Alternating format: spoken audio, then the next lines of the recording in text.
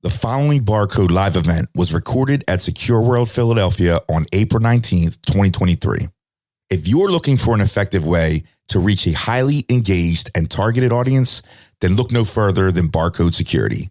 We offer a variety of sponsorship packages that can be customized to meet your unique needs and budget.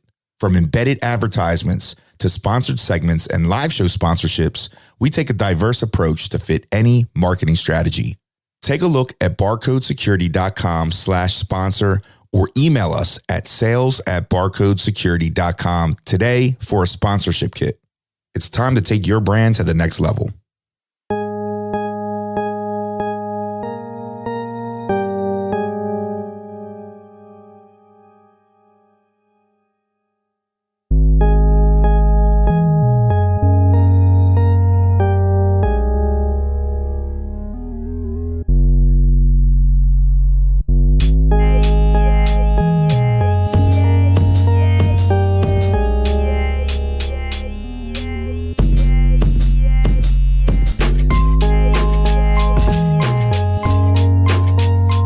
Listening to the Barcode Podcast with your host, Chris Glandon, serving cybersecurity straight up with no chaser.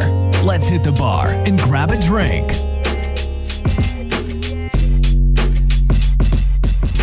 Tony, what's up? Yo, Chris, how's it going, man? What can I get you tonight? Well, I noticed a couple of security leaders over there at the far end of the bar, and I was thinking about going to talk to them about the latest and greatest in cybersecurity. Yes, the security leaders. You know, they're regulars here. I have the perfect drink for you. What is it? It's called the CISO. It's a specialty drink. Sounds good, but what's in it? It's CISO,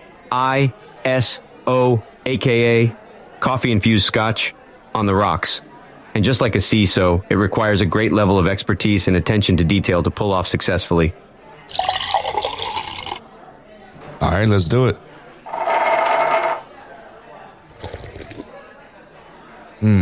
Not bad. I can feel the expertise flowing through me. Glad you like it. Just don't overdo it. I'll keep that in mind. I'll see you next round.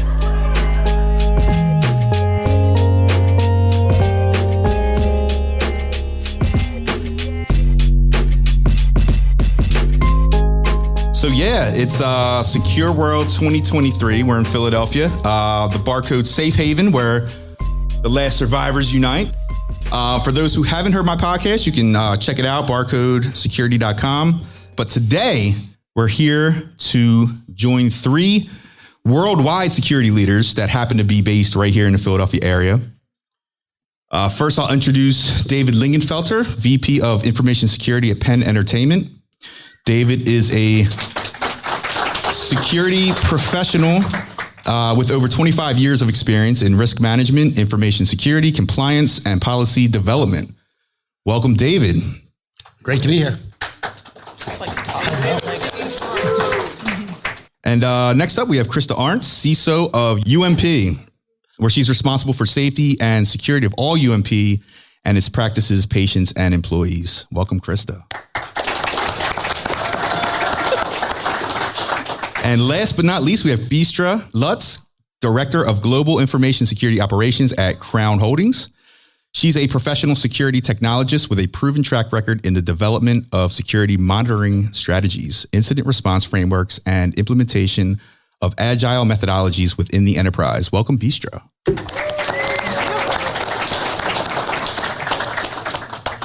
Thank you all for joining me today. I hope you're all ready to riff on the latest and greatest in cybersecurity.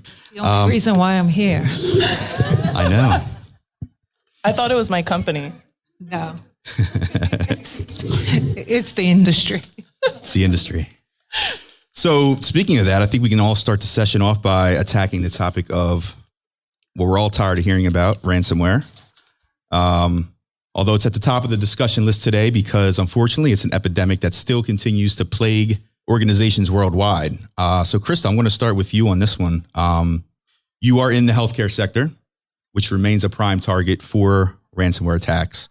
And through the lens of a leader in that industry, I'm curious to know why you think that is and what unique challenges do you feel your industry specifically faces when it comes to protecting against a ransomware attack versus other industries? Yeah, I thought this was going to be like game show and I would be like, Alex, ransomware for 600, please.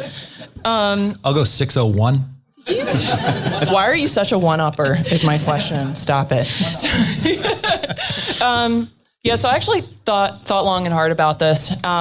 So I came from institutional banking, Department of Defense and crypto. So to give you some context to my response on this one, when I came into healthcare, so really mission driven, which is why I came to healthcare, and it's awesome. I don't see working anywhere else anytime soon because I love it so much. But what I realized is I was like, oh, healthcare, this is going to be, pretty easy considering like coming from cryptocurrency and the complexities that we face there. But I was wrong. And I learned that really quickly. So healthcare is actually a very complex and diverse industry when it comes to their use of technology, right? So, I know Jefferson is experimenting with their use of Alexa in patient rooms where, mobility is an issue for the patients, right? So, physicians, so every individual is different, and physicians can come up with unique treatments on the fly, right? There may be a technology that they've used for one thing, and, they'll be in the midst of hospital room or something and be like, oh my God, I just had this epiphany that I can use this technology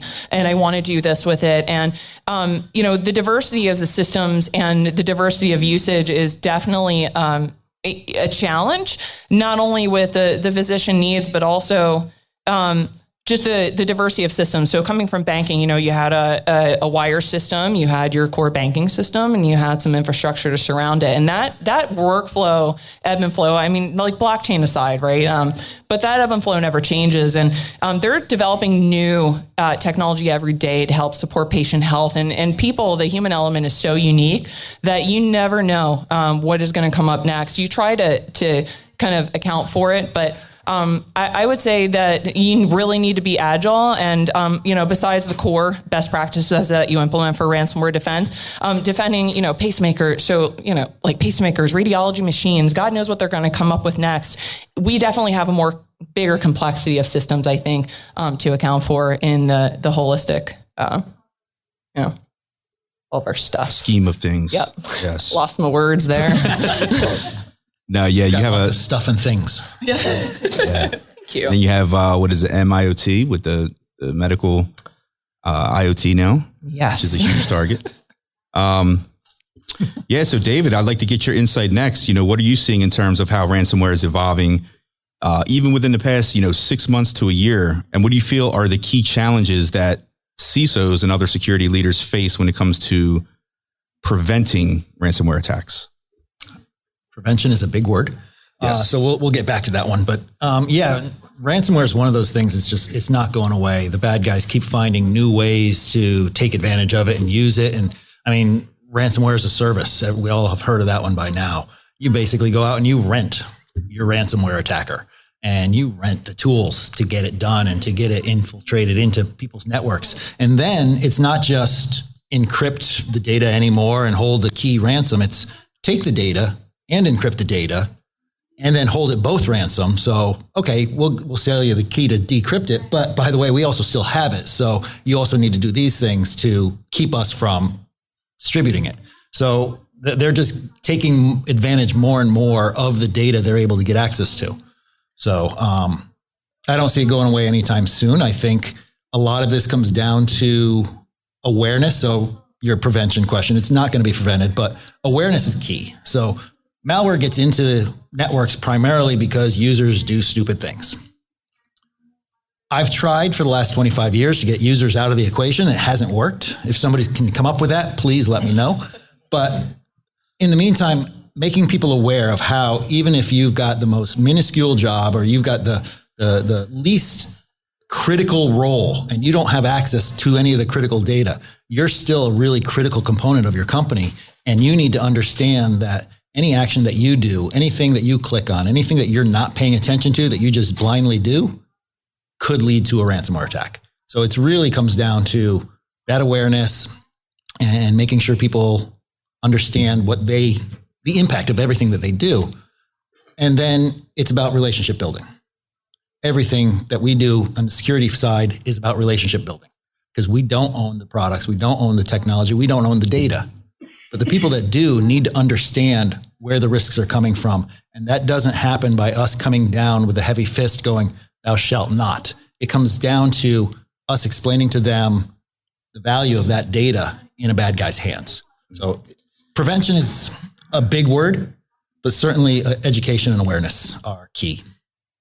All right, then I'm going to adjust my follow-up question and not make it about prevention. It's going to be more about awareness. But if you were to look at, large enterprises or even small to medium-sized businesses, what would be your 3 prevention/awareness tactics that you would recommend to someone regardless of industry or size of organization?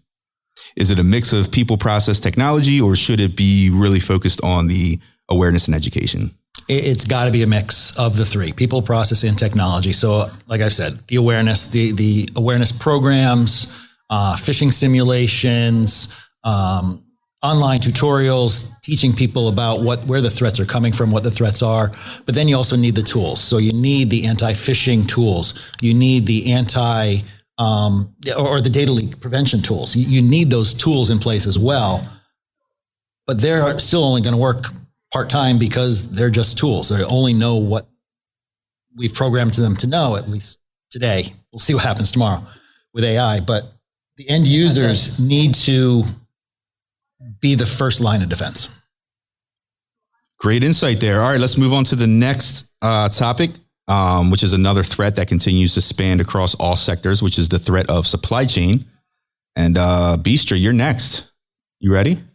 I am. All right, let's do it. No, that was it. That was the entire question. Just supply chain. Go. All right, next topic. Am I ready to tackle supply chain, or am I ready to answer the question? Timing you. I am ready with all of it. You're ready to cure the problem. Go right ahead. So at Crown Holdings, you're at the helm of overseeing threats within the organization, and you're within the manufacturing and supply industry. So being on the operations side of the house, with so many other moving parts within the operational pipeline, such as procurement and logistics, and the expansive threat landscape that you're up against. I'm just curious how you, 1, identify risks within the supply chain across the board, and 2, be able to consistently manage those risks.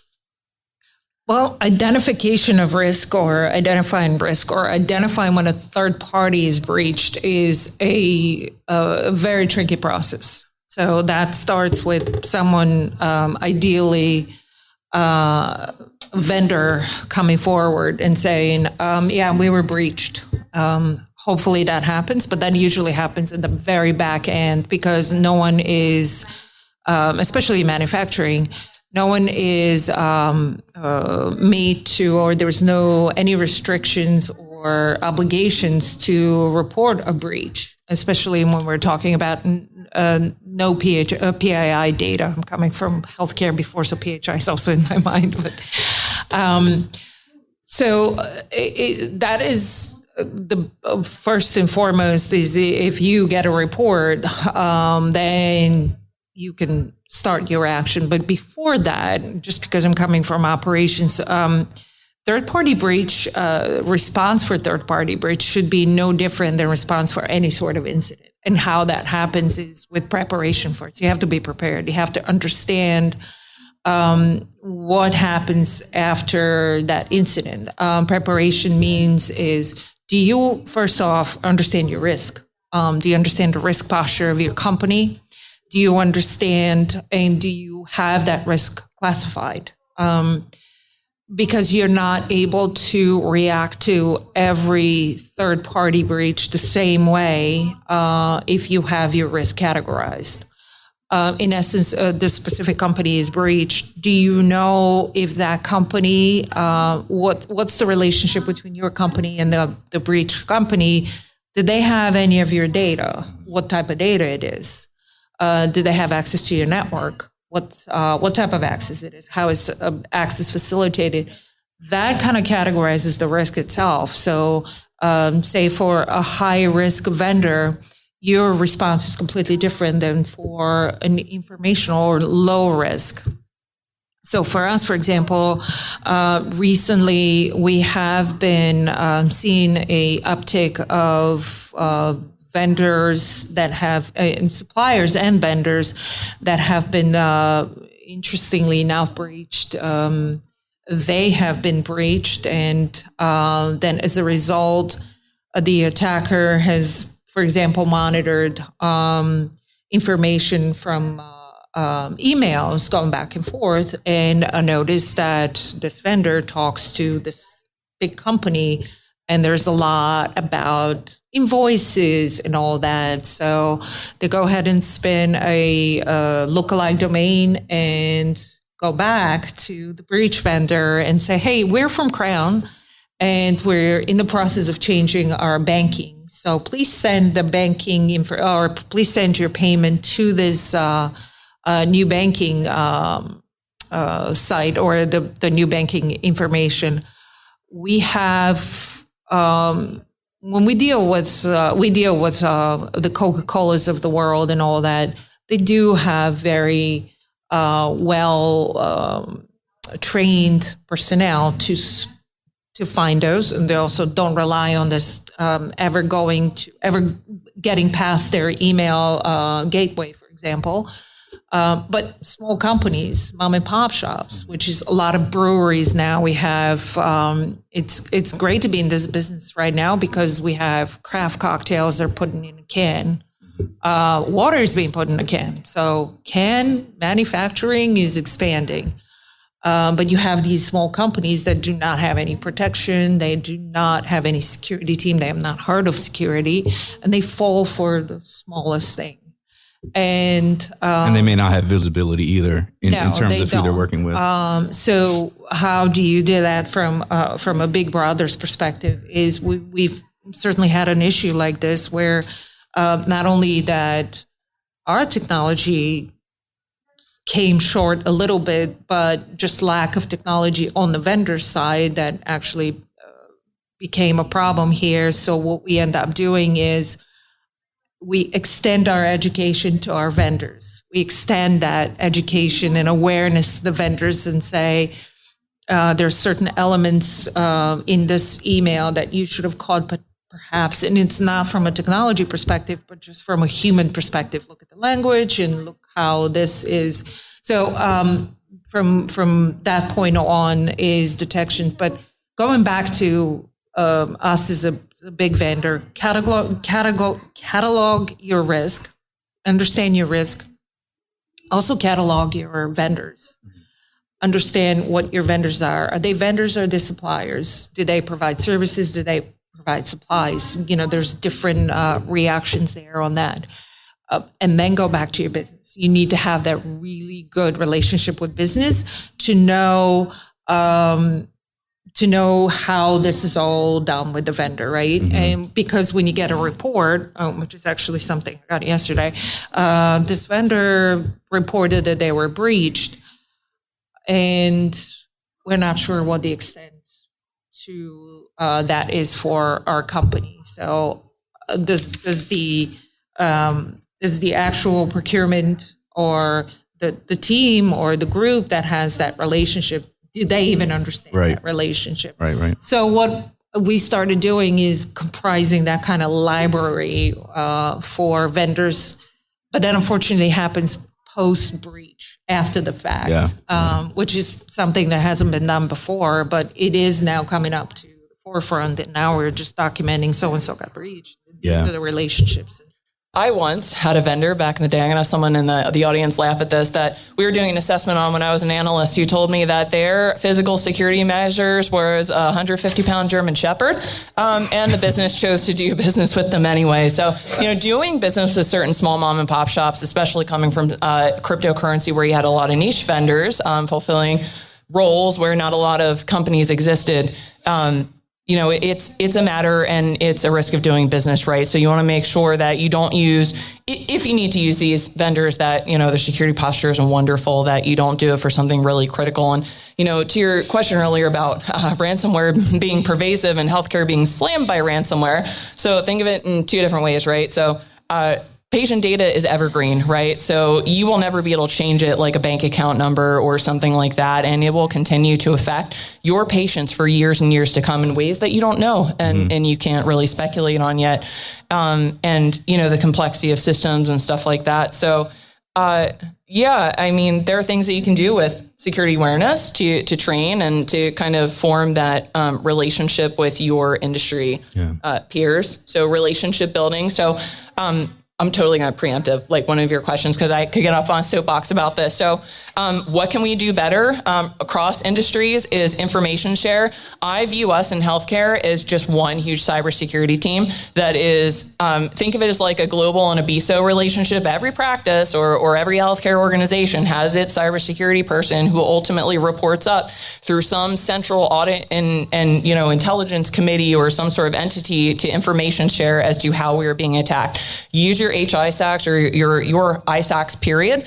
We got some of the best intelligence from our ISAC because healthcare is awesome and the information sharing that goes along. You're talking about vendor breaches and sometimes you don't find out about 6 months from now when, in healthcare, they're like, oh, you have like 60 days to report a breach to someone. Okay, but we know that time is of the essence and you should report within 72 hours. Guess what? I don't even need you to tell me because HISAC has already told me that your stuff has been found out on the dark web. And guess what? I went out and scrubbed the dark web for something because I didn't believe a vendor that our information wasn't affected too. So there are a lot of things you can do with information sharing, working as a community versus thinking you're in it alone. Yeah. Manufacturing ISAC is not there yet. Oh, no. However, there's 20 people on that membership, so it's not there. Well, David, I want to ask you your thoughts on this because you're a security veteran, 25 years in the game now. So you've got to see the evolution of digital supply chain emerge.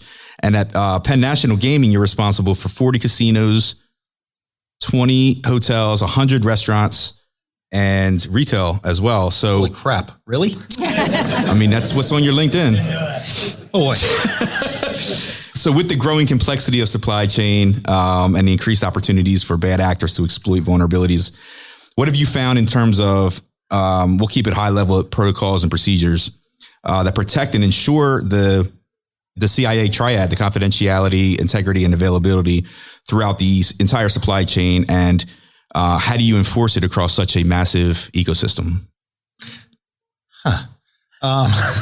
Before we get into that, one more thing on the sharing of information. One thing that I've done throughout my career, particularly with smaller companies that everybody partners with, we all have small companies, mom and pop shops, whatever you want to call them, that you have to do business with. They don't have security people. They don't have security practitioners. Most of them don't even have IT teams. But I've found over the years that they suffer a lot from account takeover. Simple email account takeover. You'll start getting emails from them that don't come from them. Reach out to them, help them, explain to them what's happening, why it's happening. They probably don't even understand that they have been exposed by this point because they are that small. They're just doing their jobs. They're clicking their emails. Everything's working. They don't know that somebody else is doing the same thing. So I've always found that helping small companies, I've worked for small companies, I've worked for very big companies. Helping small companies only helps the situation. So that's just more on the Do you side. tell them when you train them not to verify the data or to verify the email via different means, not reply to the email? Because we had that situation. So I tell my own teams that. Yeah. So internally, when Silicon Valley Bank went up, that was not a breach. That was just poor management. But hopefully a lot of people in this room saw what was about to happen. A lot of imposter names came up, a lot of imposters saying, oh, we're changing our bank. Here's our new routing number. I immediately went to our finance team and said, if anything comes to you over the next few weeks about somebody changing banks or changing routing numbers, please verify. Phone calls, not emails, not anything that's on your phone. Just talk to people. Talking is that critical. It always has been and it always will be. We added this. Talk to humans. We added this in our procedures because we had a situation where someone received an email. It was a little, kind of didn't look right, but then she replied to the same email saying, "Is this legit?" And she got a reply back. Yes, of course it is. Of course. Trust me, I found my graphics on Google. Good. All right, which leads me into the next topic. And this Riff session would not be complete without discussing something on everyone's radar and probably everyone's computer screen right now, which is generative AI. So Krista, The use of generative AI is exploding at rapid speed, especially the use of transformers, which is a type of neural network for everything from text and image generation to protein folding and quantum chemistry. And I think that we can all agree that ChatGPT is at the forefront of this wave that we're seeing right now. Do you feel like generative AI has a place in the enterprise? What benefits can it provide, and where could the risk lie, especially when you look at the healthcare sector? Generative AI helped me to write this response. All joking aside, I actually tested it out because I'm like, oh man, I'm really heavy in governance. I'm writing a program right now. And I was like, okay, see if you can do better than me at writing an acceptable use policy. And it was a pile of garbage. So, be wary what you use it for, but use it for the right purposes, because it literally is like an internet parrot. So, healthcare is cool. So healthcare, again, when I talk about innovating the spaces, right? What the heck is healthcare maybe using it for? So a lot of you, if there are any healthcare folks out here, probably saw the notifications that Epic is partnering with Microsoft.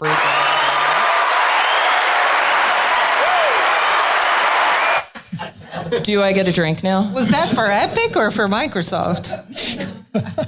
Who's in here? Anyone from Epic? Say Epic.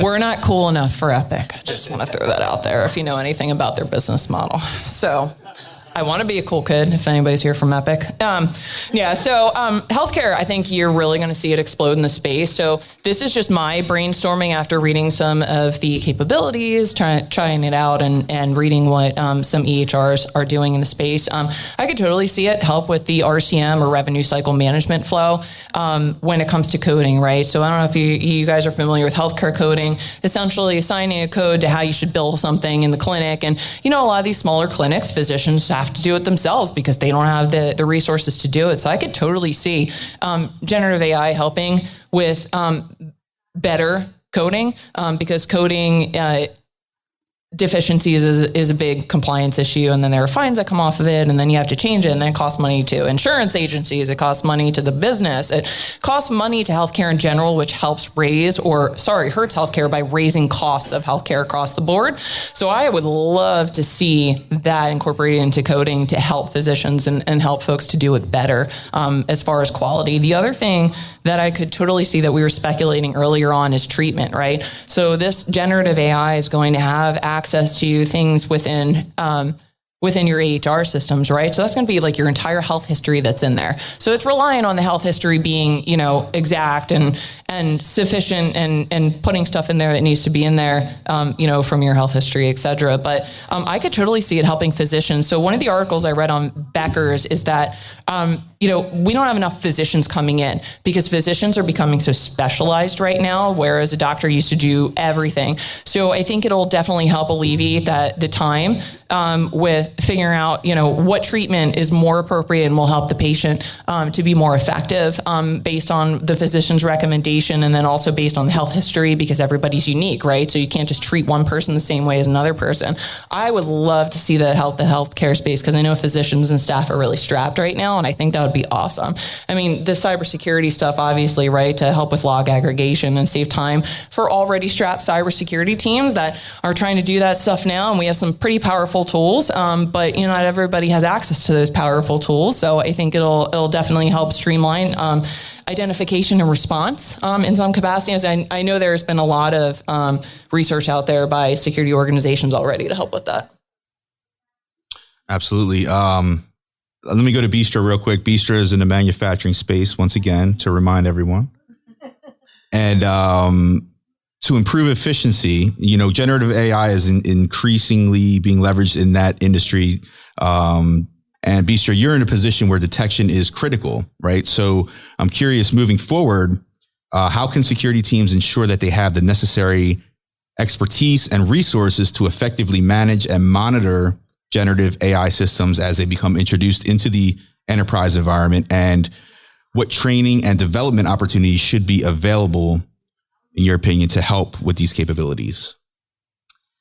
So at first it starts with, we're talking about smart manufacturing. If anyone knows anything about can manufacturing, the precision at which a can needs to be manufactured is 0.2% higher than NASA. So that's a fact for everyone. There's a lot of elements go into it. It was surprising to me when I went to a factory in a plant, we call them, and there was 200 people that were employed there, and yet on the floor there was no one. So I was kind of shocked where all the 200 people were. But in the meantime, in the middle of the plant, there was a what they call the war room that it was a bunch of big screens that projected data.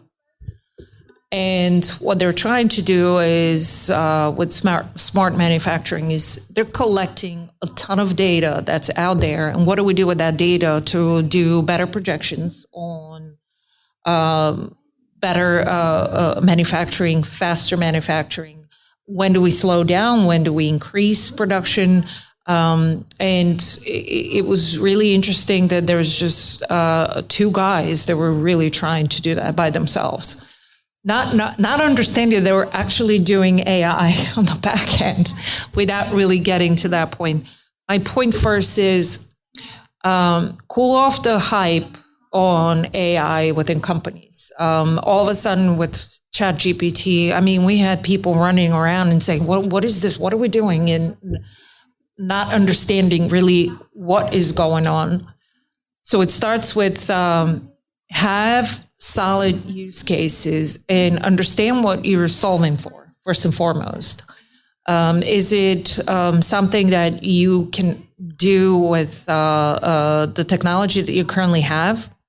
Understand that do you have the data that's necessary that goes into a AI model to get back the output that you're needing?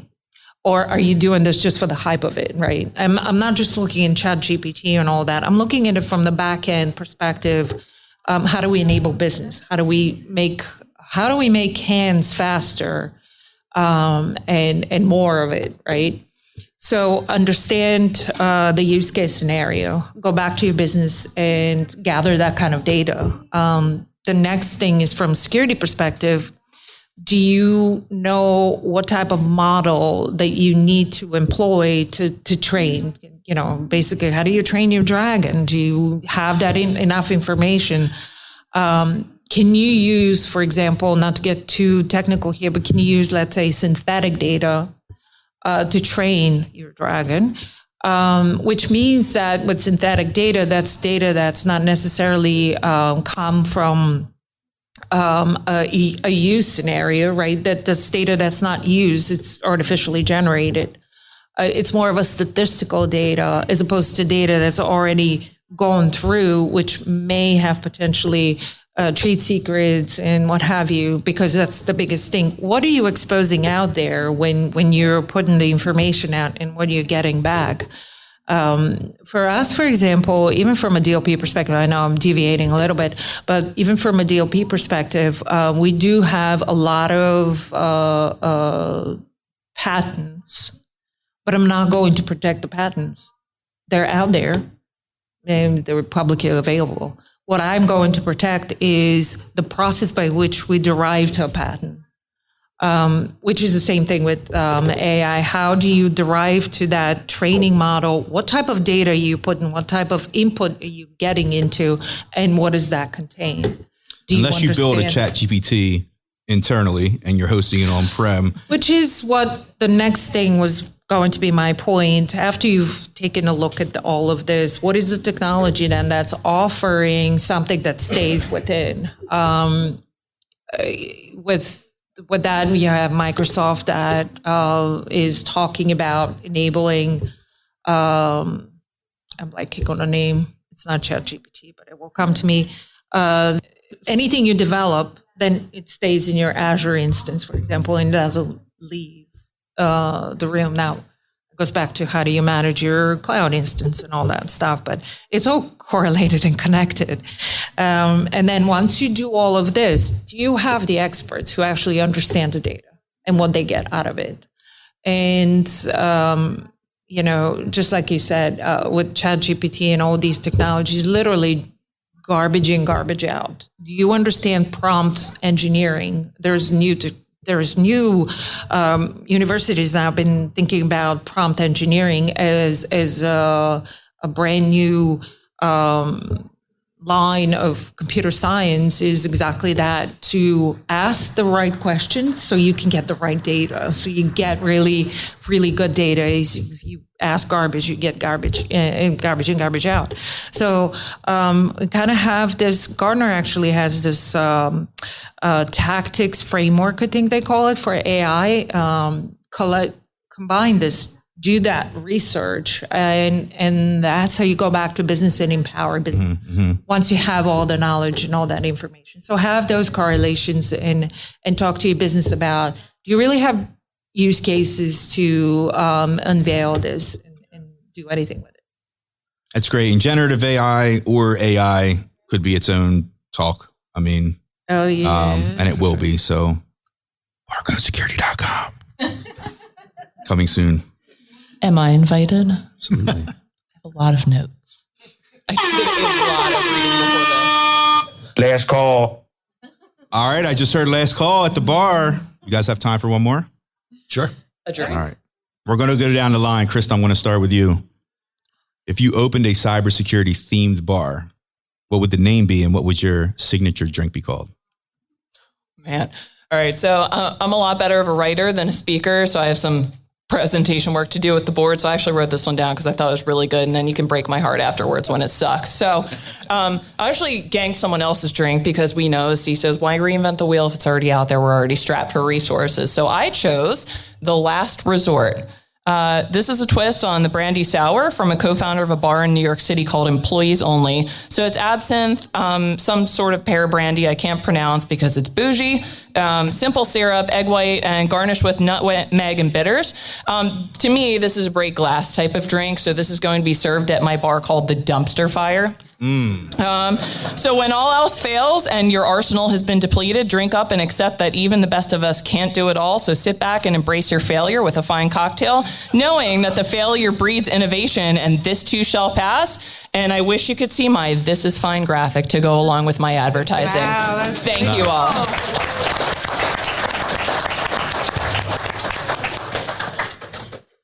David, what you got? So, ironically, over COVID, I built a bar in my basement because vendors were sending me alcohol. So I had to do something with it.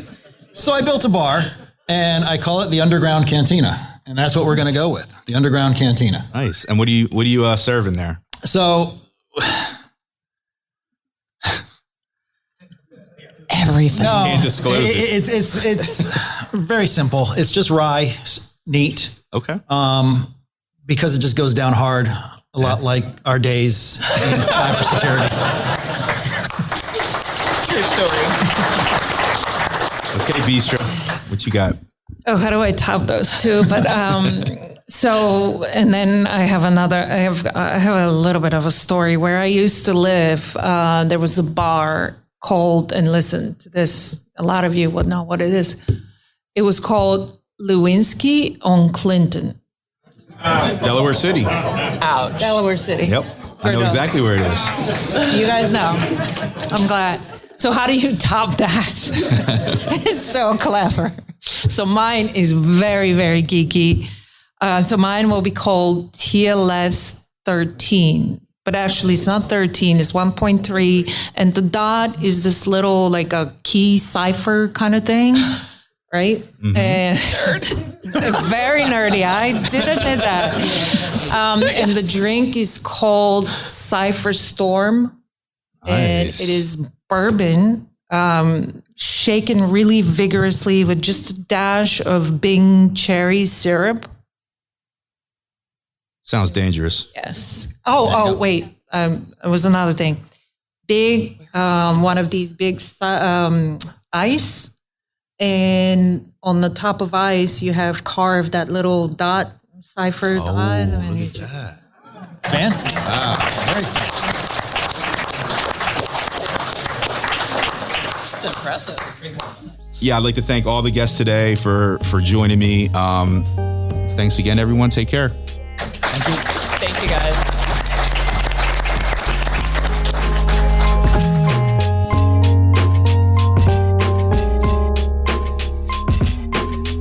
know, Barcode is where security and IT professionals hang out after a long day.